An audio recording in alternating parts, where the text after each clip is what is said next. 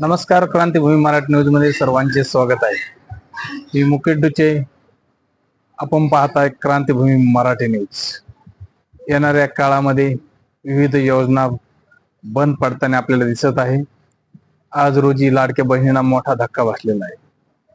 अशी एक योजना बंद पडलेली होती ज्याच्या 3 वर्ष शासनाने चालवली. त्यानंतर आज शासनाच्या तिजोरीवर भार आल्यानंतर लाडक्या बहिणींना पुन्हा एक धक्का बसलेला आहे.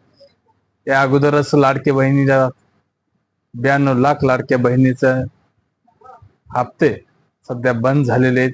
म्हणजे केवायसी प्रॉब्लेम असेल, ITR असेल, अशा प्रकारे याच्यामध्ये हप्ते बंद झालेले असते. आता पुन्हा एक धक्का बसलेला आहे. तो म्हणजे जून 2023 मध्ये सुरू करण्यात आलेले राशन कार्डावरती ज्या साड्या वाटप करण्यात येत होत्या ती सध्या बंद झालेली आहे. ही योजना शासनाकडून बंद करण्यात आलेली आहे.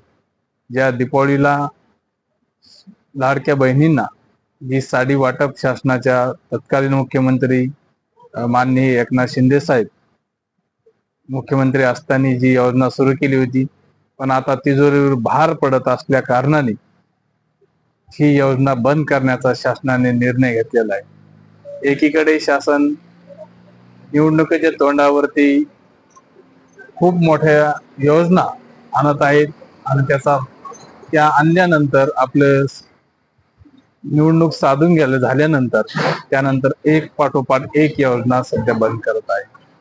सांगायचं झालं तर लाडकी बहीण योजनेमध्ये 92 लाख महिला आज रोजी बाद ठरलेले आहेत. पण जी योजना अंमलात आणण्याऐवजी त्यावेळेस त्यांनी जे नियम काटेकोरपणे पालन केले असते तर ज्या महिलाच्या आज काही तोंडाला पाणी पुसल्यासारखं झालेलं आहे. तर काही महिलांचे त्यामध्ये पात्र आहेत, पण त्यांचे काही प्रॉब्लेम केवायसी प्रॉब्लेम असेल, काही महिलांचे केवायसी केली नाही. आता सध्या केवायसीचं सुद्धा जे पोर्टल आहे सध्या बंद करण्यात आलेलं आहे. आणि त्या पाठोपाठ आता पुन्हा जी दीपावलीला जी येणारी साडी आहे ती आता महिलांना साडी मिळणार नाही, कारण की शासनाच्या तिजोरीवर भार पडत आहे. तरी आपण येणाऱ्या दीपावलीला साडी मिळणार आहे का या आशेवरती न राहता आपण आजच